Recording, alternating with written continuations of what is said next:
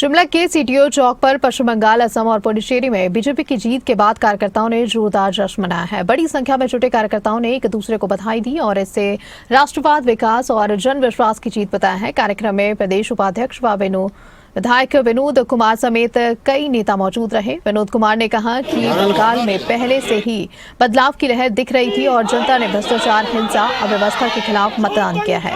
उन्होंने इसे प्रधानमंत्री नरेंद्र मोदी के नेतृत्व और जनता के भरोसे की जीत बताया है। उनके मुताबिक यह सिर्फ चुनावी परिणाम नहीं बल्कि नए राजनीतिक दौर की शुरुआत है और नेताओं ने कहा कि यह जीत आने वाले समय में देश की राजनीति को नई दिशा देगी और बीजेपी को और मजबूत बनाएगी।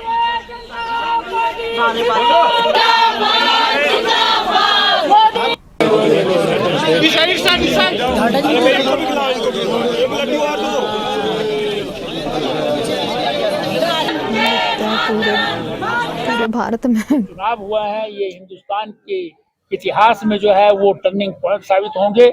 आने वाले जो है वो 2029 की दिशा में जो है ये एक साइन है कि हम 2029 में फिर से जो है वो इस देश में जो है नरेंद्र मोदी जी जो है चौथी बार सरकार बनाएंगे, क्योंकि देश की जनता का भरोसा जो है नरेंद्र मोदी जी के ऊपर।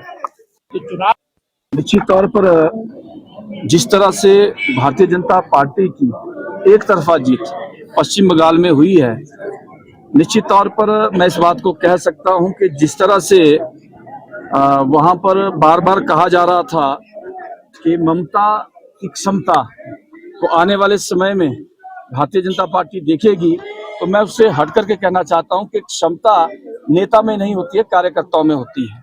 तो निश्चित तौर पर पश्चिम बंगाल की जनता ने ये साबित कर दिया है कि देश की जनता, पश्चिम बंगाल की जनता नरेंद्र मोदी जी के ऊपर ही विश्वास करती है।